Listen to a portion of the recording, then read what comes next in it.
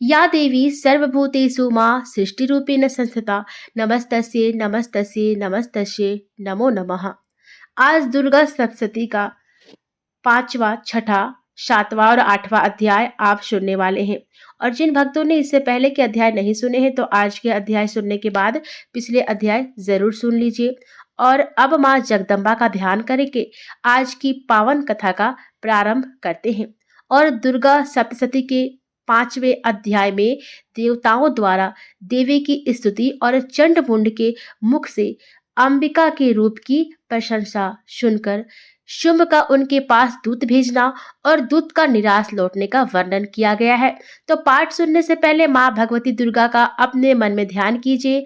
ओम नमः चंडिकाय इस मंत्र का उच्चारण कीजिए और पूरे भक्ति भाव से इस कथा का श्रवण कीजिए।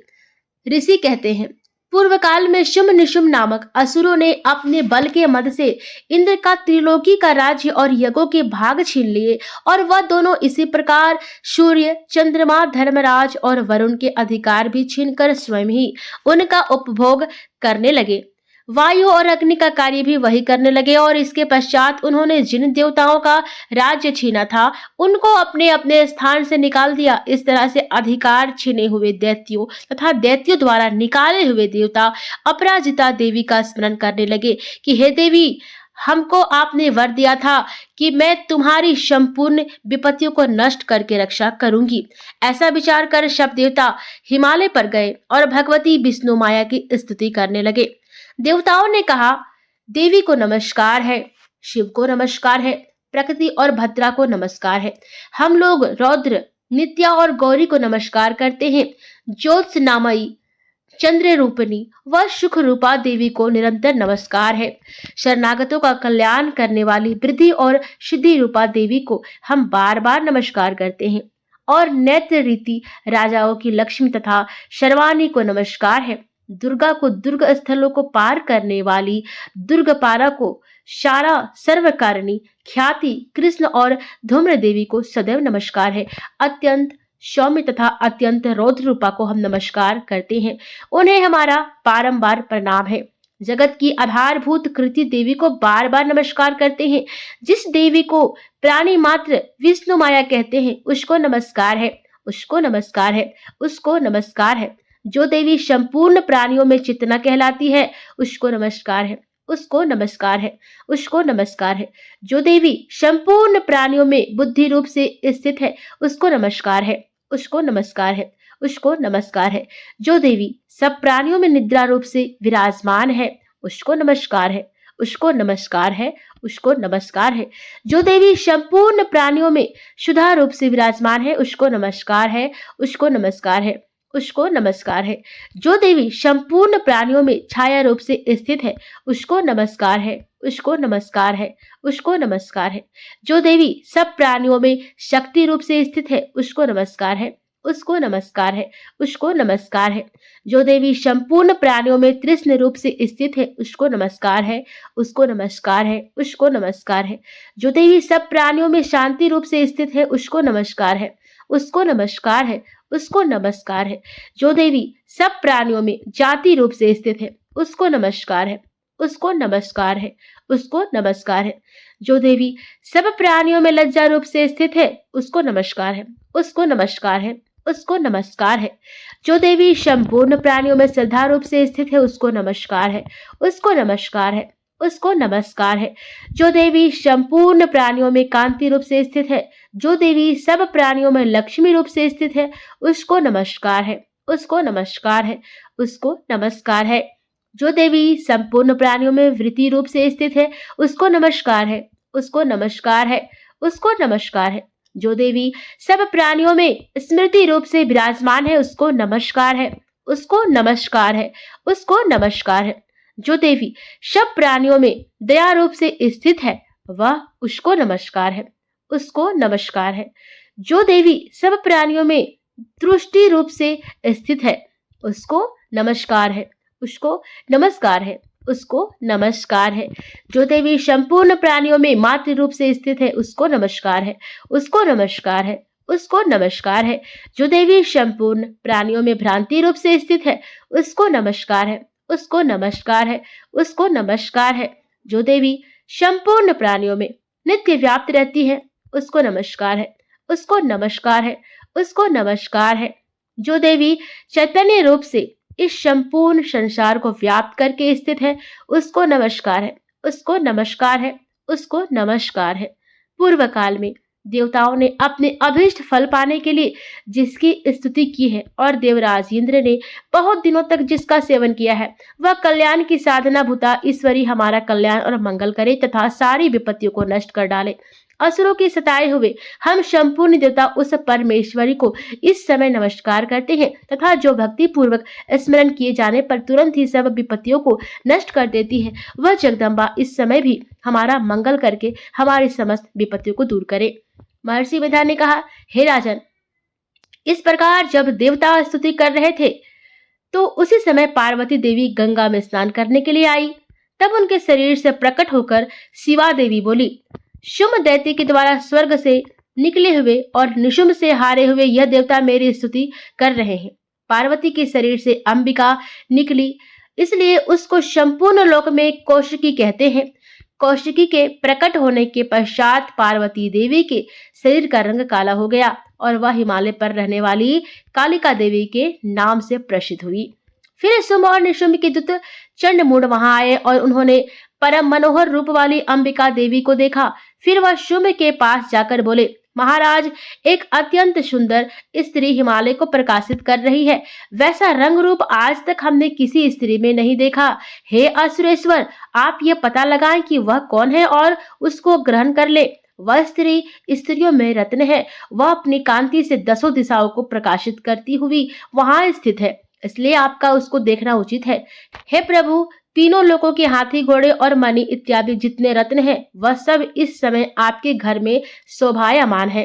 हाथियों में रत्न रूप एरावत हाथी और उत्सरेवा नामक घोड़ा तो आप इंद्र से ले आए हैं। हंसों द्वारा जूता हुआ विमान जो कि ब्रह्मा जी के पास था, अब भी आपके पास है। और यह महापद्म नामक खजाना आपने कुबेर से छीना है। समुद्र ने आपको सदा खिले हुए फूलों की किंजकलनी नामक माला दी है। वरुण का कंचन की वर्षा करने वाला शस्त्र आपके पास है। रथों में श्रेष्ठ प्रजापति का रथ भी आपके पास है। हे दैत्येंद्र, मृत्यु से उत्क्रांतिका नामक शक्ति भी आपने छीन ली है और वरुण का पाश भी आपके भ्राता निशुंभ के अधिकार में है। और जो अग्नि में न जल सके ऐसे 2 वस्त्र भी अग्निदेव ने आपको दिए हैं। हे दैत्यराज, इस प्रकार सारी रत्न रूपी वस्तुएं आप संग्रह कर चुके हैं, तो फिर आप ये कल्याणकारी स्त्रियों में रत्न रूप अनुपम स्त्री आप क्यों नहीं ग्रहण करते? महर्षि मेधा बोले।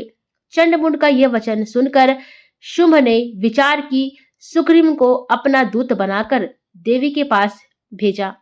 प्रथम उसको सब कुछ समझा दिया और कहा कि वहां जाकर तुम उसको अच्छी तरह से समझाना और उपाय करना जिससे वह प्रसन्न होकर तुरंत मेरे पास चली आए।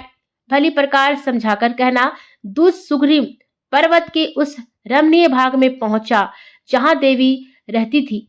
दूत ने कहा, हे देवी, दैत्यों का राजा शुंभ जो इस समय तीनों लोकों का स्वामी है, मैं उसका दूत हूँ और यहाँ तुम्हारे पास आया हूँ। संपूर्ण देवता उसकी आज्ञा एक स्वर से मानते हैं। अब जो कुछ उसने कहला भेजा है वह सुनो। उसने कहा है, इस समय संपूर्ण त्रिलोकी मेरे वश में है और संपूर्ण यज्ञों के भाग को पृथक पृथक मैं ही लेता हूँ और तीनों लोकों में जितने श्रेष्ठ रत्न हैं वह सब मेरे पास है। देवराज इंद्र का वाहन एरावत मेरे पास है जो मैंने छीन लिया है। उच्च श्रावा नामक घोड़ा जो क्षीर सागर मंथन करने से प्रकट हुआ था, उसे देवताओं ने मुझे समर्पित किया है। हे सुंदरी, इनके अतिरिक्त और भी जो रत्न भूषण पदार्थ देवताओं के पास थे वह सब मेरे पास है। हे देवी, मैं तुम्हें संसार की स्त्रियों में रत्न मानता हूँ क्योंकि रत्नों का उपभोग करने वाला मैं ही हूँ। हे चंचल कटाऊ वाली सुंदरी, अब ये मैं तुझ पर छोड़ता हूँ कि तू मेरे या मेरे भाई महापराक्रमी निशुंभ की सेवा में आ जाए। यदि तू मुझे वरेगी तो मुझे अतुल महान ऐश्वर्य की प्राप्ति होगी, अतः तुम अपनी बुद्धि से यह विचार कर मेरे पास चली आओ। महर्षि मेधा ने कहा। दूत के ऐसा कहने पर संपूर्ण जगत का कल्याण करने वाली भगवती दुर्गा मन ही मन मुस्कुराई और इस प्रकार कहने लगी। देवी ने कहा, हे दूत, तू जो कुछ कह रहा है वह सत्य है और इसमें किंचित मात्र भी झूठ नहीं है। शुंभ इस समय तीनों लोगों का स्वामी है और निशुंभ भी उसी की तरह पराक्रमी है, किंतु इसके संबंध में मैं जो प्रतिज्ञा कर चुकी हूँ उसे मैं कैसे झुठला सकती हूँ। अतः तू मैंने जो प्रतिज्ञा की है उसे सुन। जो मुझे युद्ध में जीत लेगा और मेरे अभिमान को खंडित करेगा तथा बल में मेरे समान होगा, वही मेरा स्वामी होगा। इसलिए शुंभ अथवा निशुंभ यहाँ आवे और युद्ध में जीतकर मुझसे विवाह कर ले। इसमें भला देर की क्या आवश्यकता है। दूत ने कहा, हे देवी, तुम अभिमान में भरी हुई हो, मेरे सामने तुम ऐसी बात ना करो। इस त्रिलोकी में मुझे तो ऐसा कोई दिखाई नहीं देता जो कि शुंभ और निशुंभ के सामने ठहर सके। हे देवी, जब अन्य देवताओं में से कोई शुंभ और निशुंभ के सामने युद्ध में ठहर नहीं सकता, तो तुम जैसी स्त्री उनके सामने रणभूमि में ठहर सकोगी। जिन शुंभ आदि असुरों के सामने इंद्र आदि देवता नहीं ठहर सके, तो फिर तुम अकेली स्त्री उनके सामने कैसे ठहर सकोगी। अतः तुम मेरा कहना मानकर उनके पास चली जाओ, नहीं तो जब वो तुम्हें केस पकड़कर घसीटते हुए ले जाएंगे तो तुम्हारा गौरव नष्ट हो जाएगा। इसलिए मेरी बात मान लो। देवी ने कहा, जो कुछ तुमने कहा है ठीक है। शुंभ और निशुंभ बड़े बलवान हैं, लेकिन मैं क्या कर सकती हूँ, क्योंकि मैं बिना विचारे प्रतिज्ञा कर चुकी हूँ। इसलिए तुम जाओ और मैंने जो कुछ भी कहा है वह सब कुछ आदर पूर्वक असुरेंद्र से कह दो। इसके पश्चात जो वह उचित समझे करे। 5वां अध्याय इस प्रकार समाप्त होता है। 6ठा अध्याय में धूम्रलोचन का वध का वर्णन किया गया है। महर्षि मेधा ने कहा, देवी की बात सुनकर दूत क्रोध में भरा हुआ वहां से असुरेंद्र के पास पहुंचा और सारा वृतांत उसे कह सुनाया। दूत की बात सुनकर असुरेंद्र के क्रोध का पारावर न रहा और उसने अपने सेनापति धूम्रलोचन से कहा, धूम्रलोचन, तुम अपनी सेना सहित शीघ्र वहां जाओ और उस दुष्टा के केसों को पकड़कर उसे घसीटते हुए यहाँ ले आओ। यदि उसकी रक्षा के लिए कोई दूसरा खड़ा हो, चाहे वह देवता, यक्ष अथवा गंधर्व ही क्यों ना हो, उसको तुम अवश्य मार डालना। महर्षि मेधा ने कहा। शुंभ के इस प्रकार आज्ञा देने पर धूम्रलोचन 60,000 राक्षसों की सेना को साथ लेकर वहां पहुंचा और देवी को देख ललकार कर कहने लगा, अरे तू अभी शुंभ और निशुंभ के पास चल। यदि तू प्रसन्नता पूर्वक मेरे साथ न चलेगी तो मैं तेरे केसों को पकड़ घसीटता हुआ तुझे ले चलूंगा। देवी बोली, असुरेंद्र का भेजा हुआ तेरे जैसा बलवान यदि बलपूर्वक मुझे ले जावेगा तो ऐसी दशा में मैं तुम्हारा कर ही क्या सकती हूँ। ऐसा करने पर धूम्रलोचन उसकी ओर लपका, किंतु देवी ने उसे अपने हुकार से ही भस्म कर डाला। यह देखकर असुर सेना क्रुद्ध होकर देवी की ओर बढ़ी, परंतु अंबिका ने उन पर तीखे वाणों, शक्तियों तथा फरसों की वर्षा आरंभ कर दी। इतने में देवी का वाहन भी अपनी ग्रीवा के बालों को झटकता हुआ और बड़ा भारी शब्द करता हुआ असुर सेना में कूद पड़ा। उसने कई असुर अपने पंजों से, कई अपने जबड़ों से और कई को धरती पर पटक कर अपनी दाढ़ों से घायल करके मार डाला। उसने कई असुरों के अपने नख से पेट फाड़ डाले और कई असुरों का तो केवल थप्पड़ मारकर सिर धड़ से अलग कर दिया। कई असुरों की भुजाएं और सिर तोड़ डाले और गर्दन के बालों को हिलाते हुए उसने कई असुरों को पकड़कर उनके पेट फाड़कर उनका रक्त पी डाला। इस प्रकार देवी के उस महाबलवान शिव ने क्षण भर में असुर सेना को समाप्त कर दिया। शुंभ ने जब ये सुना कि देवी ने धूम्रलोचन असुर को मार डाला है और उसके सिंह ने सारी सेना का संहार कर दिया है, तब उसको बहुत क्रोध आया। उसके मारे क्रोध के होठ फड़कने लगे और उसने चंड तथा मुंड नामक महाअसुरों को आज्ञा दी, हे चंड, हे मुंड, तुम अपने साथ एक बड़ी सेना लेकर वहां जाओ और उस देवी के बाल पकड़कर उसे बांधकर तुरंत यहाँ ले आओ। यदि उसको यहाँ लाने में किसी प्रकार का संदेह हो तो अपनी सेना सहित उससे लड़ते हुए उसको मार डालो और जब वह दुष्टा और उसका सिंह दोनों मारे जावें तब भी उसको बांध कर यहाँ ले आना। इस प्रकार 6ठा अध्याय समाप्त होता है। 7वें अध्याय में चंड और मुंड का वर्णन किया गया है। महर्षि मेधा ने कहा, दैत्यराज की आज्ञा पाकर चंड और मुंड चतुरंगनी सेना को साथ लेकर हथियार उठाए हुए देवी से लड़ने के लिए चल दिए। हिमालय पर्वत पर पहुंचकर उन्होंने मुस्कुराती हुई देवी जो सिंह पर बैठी हुई थी देखा। तब असुर उनको पकड़ने के लिए तलवारें लेकर उनकी ओर दौड़ पड़े। तब अंबिका को उन पर बड़ा क्रोध आया और मारे क्रोध के उनका मुख काला पड़ गया, उनकी भुकुटियां चढ़ गई और उनके ललाट में से अत्यंत भयंकर तथा अत्यंत विस्तृत मुख वाली लाल आंखों वाली काली प्रकट हुई, जो कि अपने हाथों में तलवार और पास लिए हुए थी। वह विचित्र खड़ग धारण किए हुए थी तथा चीते की चर्म की साड़ी एवं नरमुंडों की माला पहन रखी थी। उसका मांस सूखा हुआ था और शरीर केवल हड्डियों का ढांचा था, और जो भयंकर शब्द से दिशाओं को पूर्ण कर रही थी, वह असुर सेना पर टूट पड़ी और दैत्यों का भक्षण करने लगी। वह पास रक्षकों, अंकुशधारी महावतों, हाथियों पर सवार योद्धाओं और घंटा सहित हाथियों को एक हाथ से पकड़ पकड़ कर अपने मुंह में डाल रही थी, और इसी प्रकार वह घोड़ों, रथों, सारथियों व रथों में बैठे हुए सैनिकों को मुंह में डालकर भयानक रूप से चबा रही थी। किसी के केस पकड़कर, किसी को पैरों से दबाकर और किसी दैत्य को छाती से मसलकर मार रही थी। वह दैत्य के छोड़े हुए बड़े बड़े अस्त्र शस्त्रों को मुंह में पकड़कर और क्रोध में भरकर उनको दांतों में पीस रही थी। उसने कई बड़े बड़े असुर भक्षण कर डाले, कितनों को रौंद डाला और कितनी उसकी मार के मारे भाग गए। कितनों को उसने तलवार से मार डाला, कितनों को अपने दांतों से समाप्त कर दिया, और इस प्रकार से देवी ने क्षण भर में संपूर्ण दैत्य सेना को नष्ट कर दिया। यह देख महापराक्रमी चंड काली देवी की ओर पलका और मुंड ने भी देवी पर अपने भयानक बाणों की वर्षा आरंभ कर दी और अपने 1000 चक्र उस पर छोड़े। उस समय वह चमकते हुए बाण व चक्र देवी के मुख में प्रविष्ट हुए। इस प्रकार दिख रहे थे जैसे मानो बहुत से सूर्य मेघों की घटा में प्रविष्ट हो रहे हों। इसके पश्चात भयंकर शब्द के साथ काली ने अत्यंत जोश में भरकर विकट अट्टहास किया। उसका भयंकर मुख देखा नहीं जाता था, उसके मुख से स्वीत दांतों की पंक्ति चमक रही थी। फिर उसने तलवार हाथ में लेकर हूं शब्द कहकर चंड के ऊपर आक्रमण किया और उसके केस पकड़कर उसका सिर काटकर अलग कर दिया। चंड को मरा हुआ देखकर मुंड देवी की ओर लपका, परंतु देवी ने क्रोध में भरे हुए उसे भी अपनी तलवार से यमलोक पहुंचा दिया। चंड और मुंड को मरा हुआ देखकर उसकी बाकी बची हुई सेना वहां से भाग गई।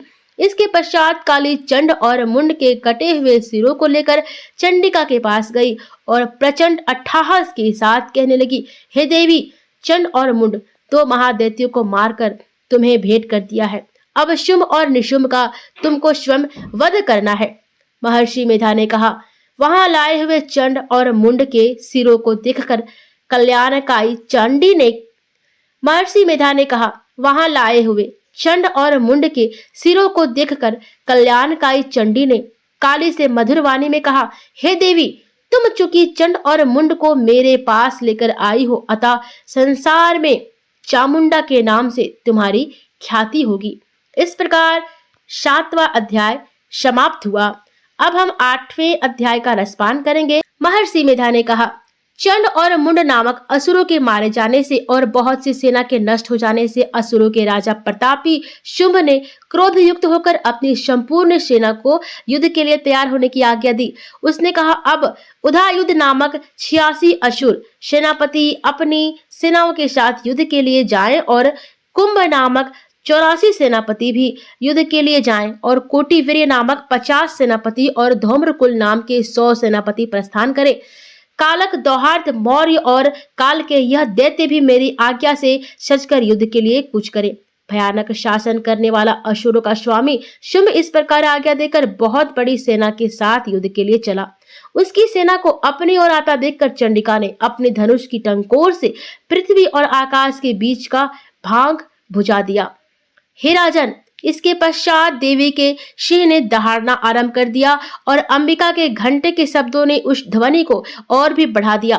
धनुष की टंकार, शेर की दहाड़ और घंटे के शब्द से पृथ्वी और आकाश के बीच का भाग गूंज उठा और इसके साथ ही देवी ने अपने मुख और भी भयानक बना लिया। ऐसे भयानक शब्द को सुनकर राक्षसी सेना ने देवी तथा सिंह को चारों ओर से घेर लिया। हे राजन, उस समय दैत्यों के नाश के लिए और देवताओं के हित के लिए ब्रह्मा, शिव, कार्तिकी, विष्णु तथा इंद्र आदि देवियों की शक्तियां जो अत्यंत पराक्रम और बल से संपन्न थी, उनके शरीर से निकलकर उसी रूप में चंडिका देवी के पास गई। जिस देवता का जैसा रूप था, जैसे आभूषण थे और जैसा वाहन था, वैसा ही रूप, आभूषण और वाहन लेकर उन देवताओं की शक्तियां दैत्यों से युद्ध करने के लिए आई। हर्ष युक्त विमान में बैठकर और रुद्राक्ष की माला तथा कमंडलू धारण करके ब्रह्मा जी की शक्ति आई। वृषभ पर सवार होकर, हाथ में त्रिशूल लेकर, महानाग का कंकन पहनकर और चंद्र रेखा से भूषित होकर भगवान शंकर की शक्ति महेश्वरी आई। और मोर पर आरूढ़ होकर, हाथ में शक्ति लिए दैत्यों से युद्ध करने के लिए कार्तिकेय जी की शक्ति उन्हीं का रूप धारण करके आई। भगवान विष्णु की शक्ति गरुड़ पर सवार होकर शंख चक्र श्रांग गदा धनुष तथा खड़ग हाथ में लिए हुए आई। श्री हरि की शक्ति वाराही वाराह का शरीर धारण करके आई और नरसिंह के समान शरीर धारण करके उनकी शक्ति नरसिंह भी आई। उसकी गर्दन के झटकों से आकाश के तारे टूट पड़ते थे। और इसी प्रकार देवराज इंद्र की शक्ति ऐन्द्री भी ऐरावत के ऊपर सवार होकर आई।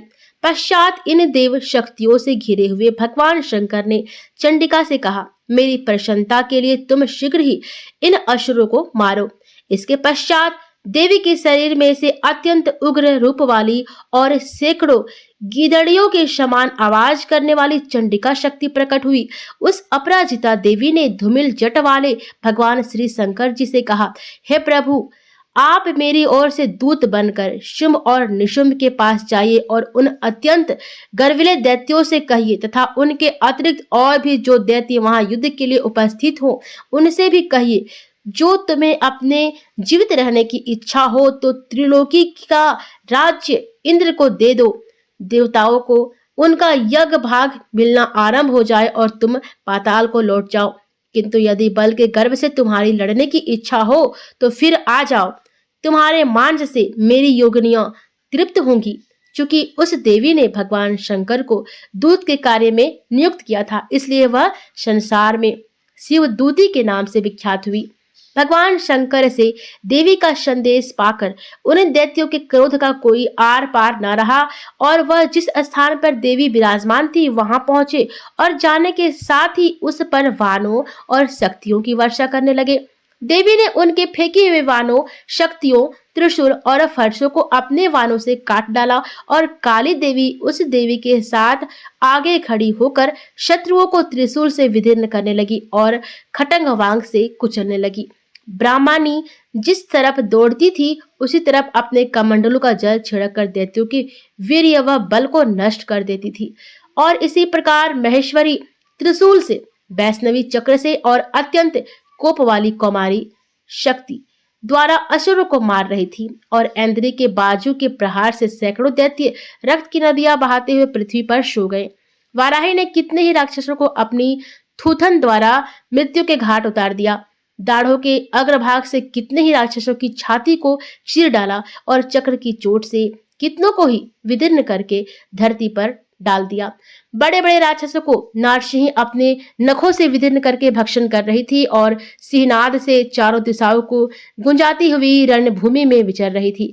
सुदुति के प्रचंड अट्टहास से कितने ही दैत्य भयभीत होकर पृथ्वी पर गिर पड़े और उनके गिरते ही वह उनको भक्षण कर गई।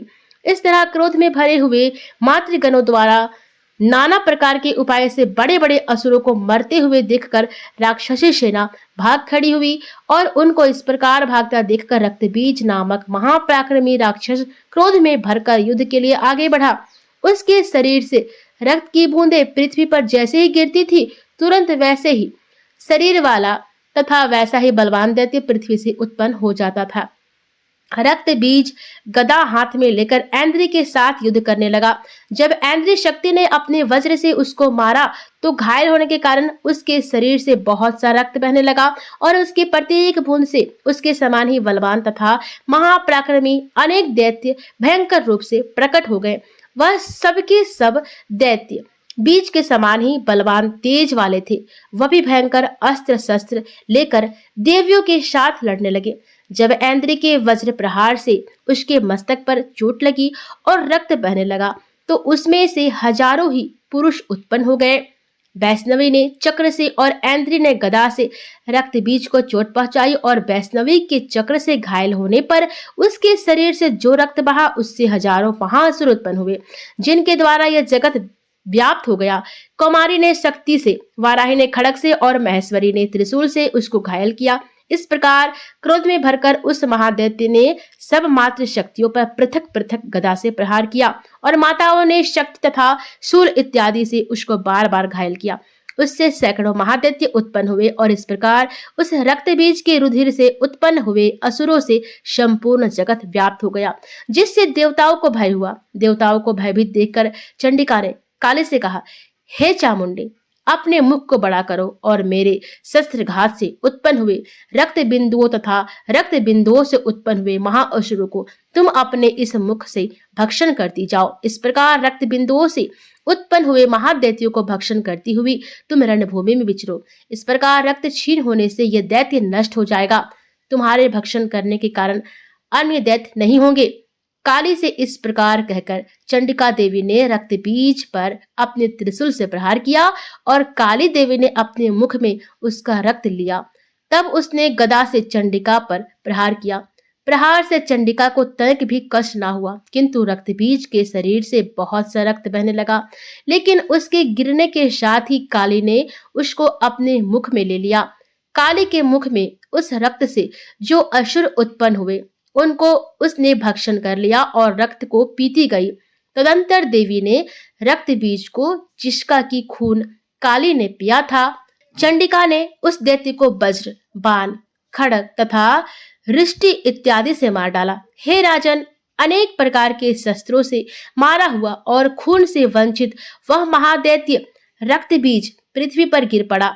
हे राजन, उसके गिरने से देवता अत्यंत प्रसन्न हुए और माताएं उन असुरों का रक्त पीने के पश्चात उद्यत होकर नृत्य करने लगी।